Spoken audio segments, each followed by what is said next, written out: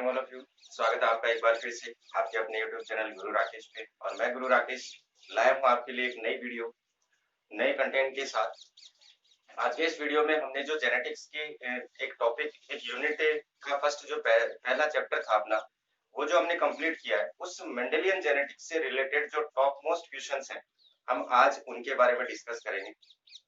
Hindi medium के जो विद्यार्थी हैं उनके लिए वीडियोस में पहले अपलोड कर चुका हूँ। आज इंग्लिश मीडियम के जो विद्यार्थी हैं उनके लिए ये top most question English medium के विद्यार्थियों के लिए ये वीडियो मैंने तैयार की है। उम्मीद करता हूँ आपको ये जरूर समझ में आएगा। तो चलो बिना देर किए जल्दी से शुरुआत करते हैं जेनेटिक्स मेंडेलियन जेनेटिक्स के टॉप मोस्ट क्वेश्चंस की, जो कि हर कंपटीशन या अपनी जो बोर्ड एग्जाम्स हैं उनके अंदर जरूर आपसे पूछे जा सकते हैं। चलो विद्यार्थी शुरू करते हैं। सबसे फर्स्ट क्वेश्चन है अपना father of genetics.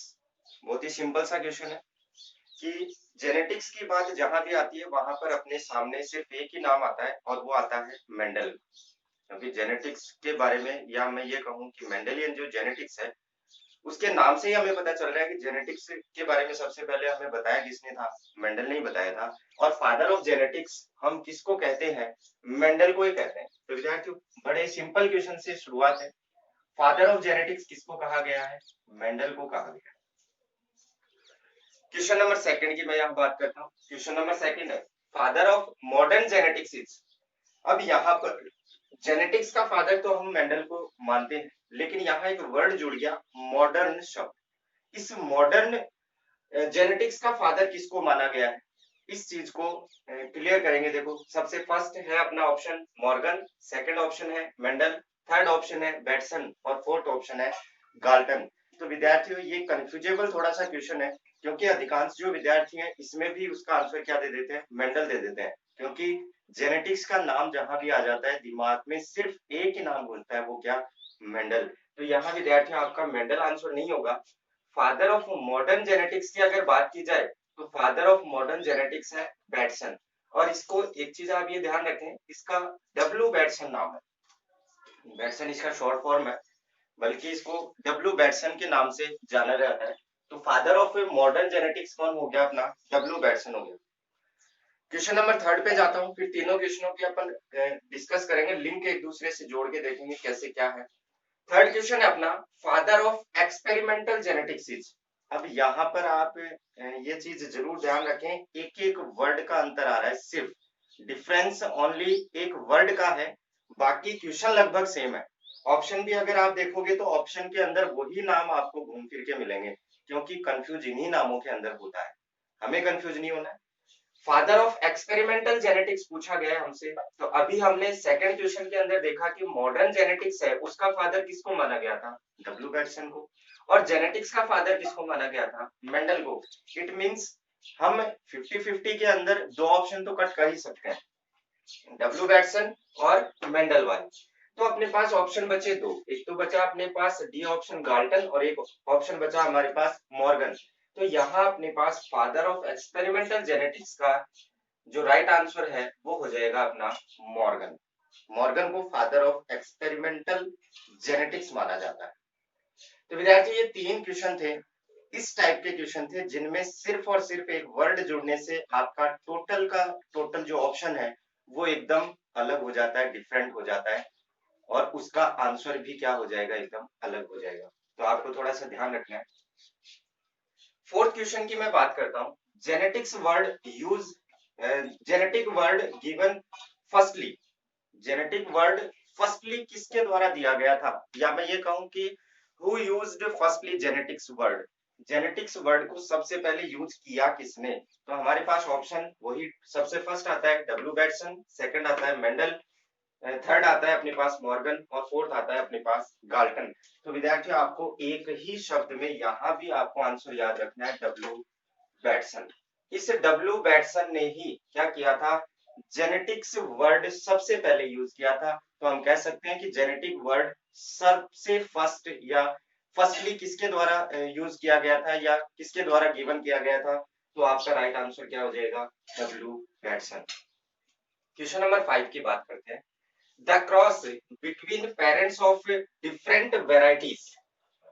Different varieties के पेरेंट्स आपके पास अवेलेबल हैं और उन डिफरेंट वेराइटीज के पेरेंट्स के बीच में आप क्या करवा रहे हो, क्रॉस करवा रहे हो, तो हम उसको एक साइंस की टर्म में क्या कहें, या हम ये कहें कि बायोलॉजी की वो टर्मिनोलॉजी क्या है जिसमें हम उस एक वर्ड से इस चीज को शो कर सके कि डिफरेंट वैरायटी के पेरेंट्स का जब क्रॉस होता है आपस में तो उसको क्या कहा जाता है।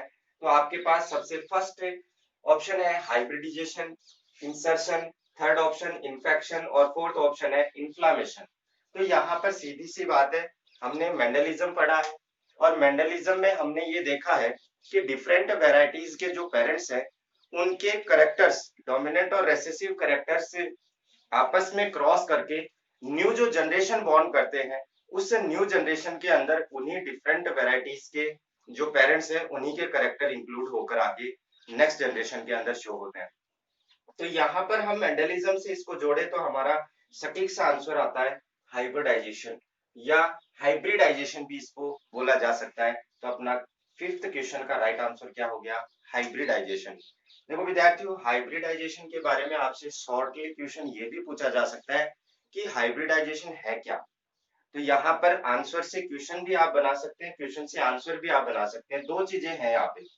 यहाँ हाइब्रिडाइजेशन का मीन्स क्या हो गया कि डिफरेंट वेराइटीज के पेरेंट्स के बीच में क्या होना चाहिए, क्रॉस होना चाहिए।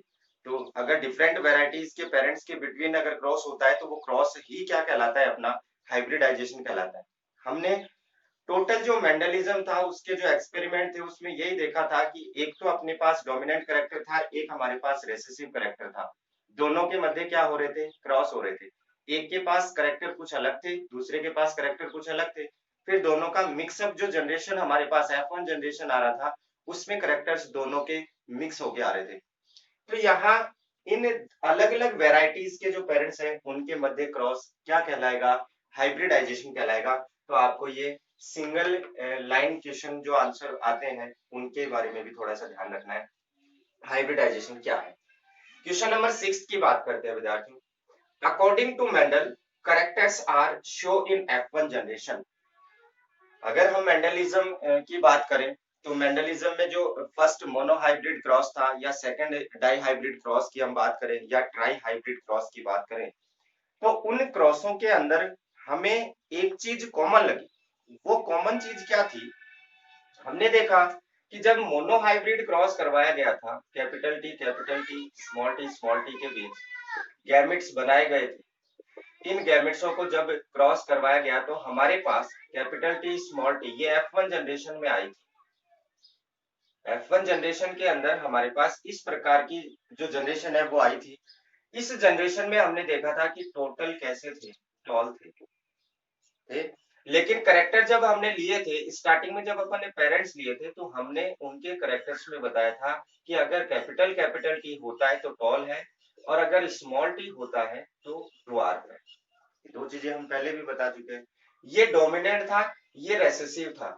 लेकिन देखो, जब इन डिफरेंट करेक्टर्स या डिफरेंट वेराइटीज के मध्य क्रॉस हुआ तो हमारे पास जो F1 जनरेशन आई, इस F1 जनरेशन में आपके पास कौन से करेक्टर शो हो रहे हैं। अब आप यहाँ पर दो ही करेक्टर की बात हम करेंगे, या तो डोमिनेंट करेक्टर की या फिर रेसेसिव करेक्टर की। डोमिनेंट करेक्टर कौन सा था हमारे पास, टॉल, और रेसेसिव करेक्टर कौन सा था हमारे पास, ड्वार्फ वाला। तो अब आप इसमें ये बताओ, चाहे वो मोनोहाइब्रिड हो चाहे वो डाई हाइब्रिड हो, अगर आप पेरेंट्स के मध्य क्रॉस करवाते हैं और F1 जनरेशन आप प्राप्त करते हैं तो आपके पास F1 जनरेशन में ऑलवेज हमेशा कौन से लक्षण या कौन से करेक्टर शो होते हैं। तो हमारा सीधा सा आंसर ये जाएगा कि हमेशा F1 जनरेशन के अंदर डोमिनेंट करेक्टर जो होते हैं वो ही शो होते हैं। तो विद्यार्थियों, आपको एक सटीक दिमाग के अंदर भी ये बैठा लेना है, जहां भी F1 जनरेशन की बात आए और अगर करेक्टर शो के बारे में पूछे कि कौन से करेक्टर रिप्रेजेंट होंगे या कौन से करेक्टर शो किए जाएंगे, तो आपका वहां पर 101% आंसर क्या होना चाहिए, डोमिनेंट करेक्टर आपका राइट आंसर होना चाहिए। क्योंकि F1 जनरेशन में हमेशा डोमिनेंट करेक्टर ही रिप्रेजेंट होते हैं। क्वेश्चन नंबर 7 की बात करते हैं। Mendelism was rediscovered by. देखो, मेंडलिज्म की जो थोड़ी सी हिस्ट्री थी वो मैंने आपको बताई थी कि मेंडल ने जो एक्सपेरिमेंट किए थे, मेंडल जब तक लाइफ था, जीवित था वो, तब तक उसकी जो ये एक्सपेरिमेंट थे उनका प्रकाशन नहीं हुआ, या हम ये कह सकते हैं कि वो इतने प्रचलन में नहीं आए थे। लेकिन उसकी डेथ के बाद 3 साइंटिस्ट ऐसे थे जिन्होंने उन्हीं के एक्सपेरिमेंटों के अकॉर्डिंग रिजल्ट भी प्राप्त किए, और तीनों वैज्ञानिकों ने अपने अलग-अलग एक्सपेरिमेंट किए थे। और उन एक्सपेरिमेंटों को जब उन्होंने मेंडलिज्म के साथ मैच किया तो उन्होंने पाया कि मेंडल ने जो चीजें पहले बता दी थी वो की वो चीज ही हमारे एक्सपेरिमेंट में आ रही।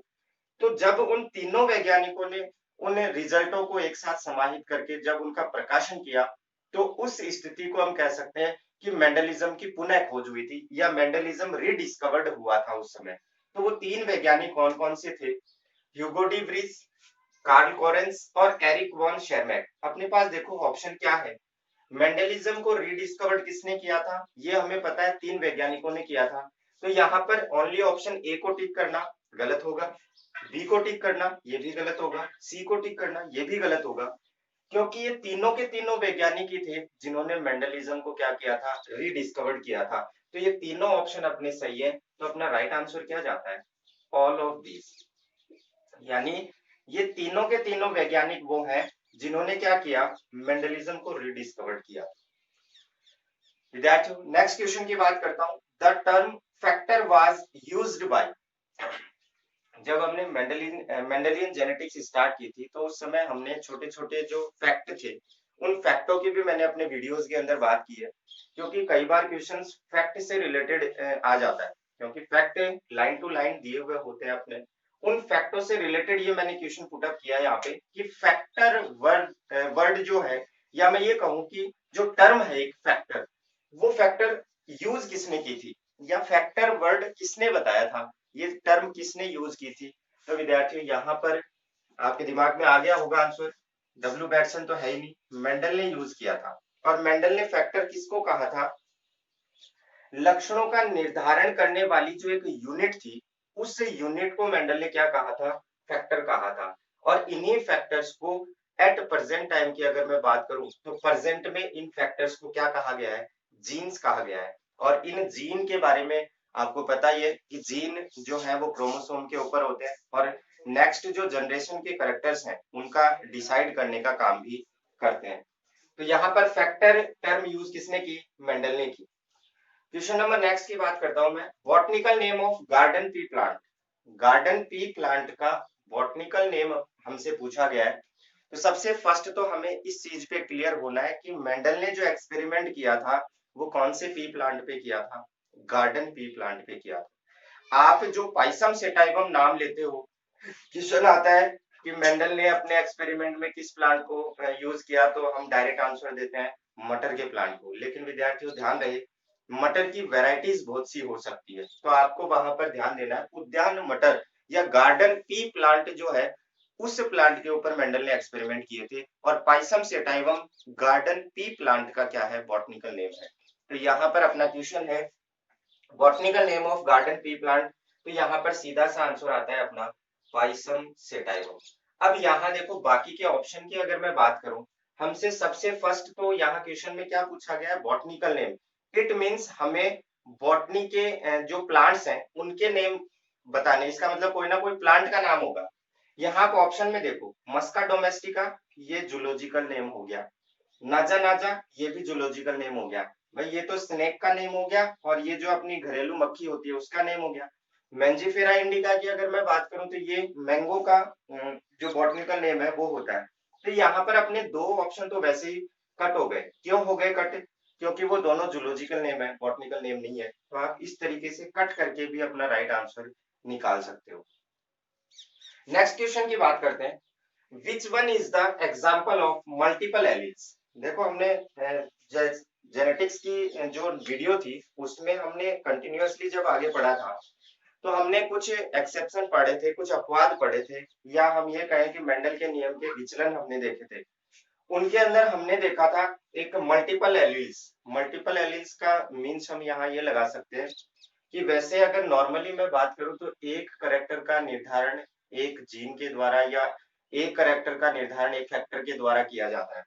यहाँ पर क्या है कि एक लक्षण का निर्धारण करने के लिए 3 प्रकार के एलील्स हमारे पास बन रहे हैं। या एक लक्षण के दो युग्म विकल्पी हो सकते हैं अधिकतम। अगर अपन मोस्टली एलील्स की बात करें तो one character have two alleles only, mostly अपन बात करें तो। लेकिन यहाँ क्या हो रहा है, अगर हम ब्लड ग्रुप की बात करें, ह्यूमन ब्लड ग्रुप की अगर मैं बात करता हूं, तो इस ब्लड ग्रुप के अंदर हमारे पास ए, बी और ओ, ये तीन ब्लड ग्रुप आते हैं। यहाँ पर देखो एक ए बी ब्लड ग्रुप भी आता है, ये इन दोनों का क्या है, मिक्सअप है। तो यहाँ आप देख सकते हो अपने पास करेक्टर तो क्या है, ब्लड ग्रुप है, लेकिन इन तीन एलिल्स के करेक्टर्स अपने पास आ जाएंगे। जैसे ए वाले के एलिल्स की अगर मैं बात करूं तो आई ए, आई ए, आई ए, आई ओ। बी वाले की अगर बात करूं तो आई बी, आई बी और आई बी, आई ओ। और ओ वाले की अगर बात करें तो आई ओ या दोनों स्मॉल आई। ए बी वाले की अगर बात करें तो ए और बी वाले के जो डोमिनेंट करेक्टर्स हैं वो मिक्सअप होकर ए बी करेक्टर्स के एलिल्स का फॉर्मेशन करते हैं। तो यहाँ हम देख सकते हैं कि ब्लड ग्रुप के करेक्टर को ये जो एलिल्स हैं तीन, ये डिसाइड कर रहे हैं कि ब्लड ग्रुप कौन सा होगा। तो यहाँ पर एक करेक्टर के लिए दो एलिल्स या हम कहें कि दो युग्म विकल्पी होते हैं, लेकिन यहाँ दो से ज्यादा हो रहे हैं, उसी को हम क्या कहते हैं, मल्टीपल एलिलिज्म कहते हैं। यहाँ हमसे क्वेश्चन में क्या पूछा गया है, which one is the example of multiple alleles. सबसे फर्स्ट ऑप्शन है ब्लड ग्रुप, सेकंड है एनीमिया, थर्ड हीमोफीलिया एंड फिर फोर्थ ऑप्शन आता है अपना कोई ना कोई सिंड्रोम। तो सिंड्रोमिक जो डिजीज है वो तो क्रोमोसोमल एबनॉर्मलिटीज के कारण होती है। हीमोफीलिया और एनीमिया है, ये जो जेनेटिकली डिजीज है उनकी उनके एग्जाम्पल हो गए। यहाँ हमसे पूछा गया मल्टीपल एलिल्स का, तो मल्टीपल एलिल्स का अपना करेक्ट आंसर क्या हो जाएगा यहाँ, ब्लड ग्रुप। क्योंकि अभी मैंने आपको बताया कि ब्लड ग्रुप तीन है अपने पास, मल्टीपल एलिल्स इनके तीन हो गए, दो से अधिक होते ही मल्टीपल एलिल्स मान लिया जाता है। इसके बाद नेक्स्ट क्वेश्चन भी इसी से रिलेटेड है, A B blood group is the example of. यहाँ मैंने उसी क्वेश्चन से रिलेटेड एक क्वेश्चन और पुट अप किया है ताकि आप क्लियर हो जाए। A B blood group is the example of, A B blood group का एग्जाम्पल हम किसके अंदर लेते हैं। तो यहाँ सबसे फर्स्ट ऑप्शन मल्टीपल एलिल्स के लिए, सेकंड ऑप्शन इनकम्प्लीट डोमिनेंस के लिए, थर्ड ऑप्शन दोनों के लिए, या fourth option none of these के लिए। तो यहाँ पर अगर आपने वीडियोस, पीछे की जो वीडियोस हैं अगर वो आपने देखी हैं, तो यहाँ आप एकदम से क्लियर हो जाएंगे। आपका फर्स्ट ऑप्शन मल्टीपल एलिल्स की अगर एग्जांपल की बात होती है तो ए बी ब्लड ग्रुप आता है, या हम ये कहें उसी आंसर से हम क्वेश्चन बना ले कि ए बी ब्लड ग्रुप किसका एग्जांपल है, तो वहां पर आपका राइट आंसर क्या होना है, मल्टीपल एलिल्स होना है। तो विद्यार्थियों ये मैंने नॉर्मली बेसिकली जो क्वेश्चन बनते हैं, बेसिकली जो क्वेश्चन है वो ज्यादातर हमें कंफ्यूज करते हैं। ये इस टाइप के क्वेश्चन है कि हमें याद तो रहते हैं लेकिन थोड़ी से धुंधले याद रहते हैं, और हम उस धुंधलाहट के अंदर जो अपनी कॉम्पिटिटिव एग्जाम है, चाहे वो नीट की हो चाहे अदर कोई कंपटीशन की एग्जाम हो, उसमें हम फिर उसके अंदर तुक्का मारने लग जाते हैं और वो तुक्के हमारे क्या होते हैं, गलत। तो विद्यार्थियों आपके साथ ऐसा ना हो, मैंने एक कोशिश की है कि किसी भी तरीके से आपके जो डाउट्स हैं वो क्लियर किए जाएं, आपके जो ऑप्शन डिपेंडेंट जो क्वेश्चन होते हैं उनको आपके सामने पुट अप किया जाए, या फिर आपके सामने क्वेश्चनों को रिप्रेजेंट करने की जो टाइप्स होती हैं वो मेरा प्रयास हमेशा रहेगा कि आपको मैं ऐसे क्वेश्चंस यहाँ बताऊं जो आपको किसी ना किसी एग्जाम्स में जरूर मिले। तो विद्यार्थियों ये थे आज की अपनी इंग्लिश मीडियम की जेनेटिक्स टॉपिक से टॉप जो क्वेश्चन थे, वो टॉप 11 क्वेश्चन मैंने आपको बताए। नेक्स्ट वीडियो के अंदर इन्हीं से रिलेटेड, मेंडेलियन जेनेटिक्स से रिलेटेड ही ऐसे क्वेश्चन आप देखेंगे कि जो आप देखने पर आपको बड़े ही सिंपल लगेंगे, आपके आंसर उसमें कुछ और होंगे लेकिन उसका आंसर कुछ और ही होगा। तो विद्यार्थियों ऐसे आकर्षक क्वेश्चन देखने के लिए लगातार बने रहिए आपके अपने यूट्यूब चैनल गुरु राकेश के साथ, और मैं हमेशा प्रयासरत रहूंगा आपकी सफलता के अंदर, मेरा साथ हमेशा आपके साथ बना रहेगा। तब तक के लिए धन्यवाद। घर पे रहें, सुरक्षित रहें।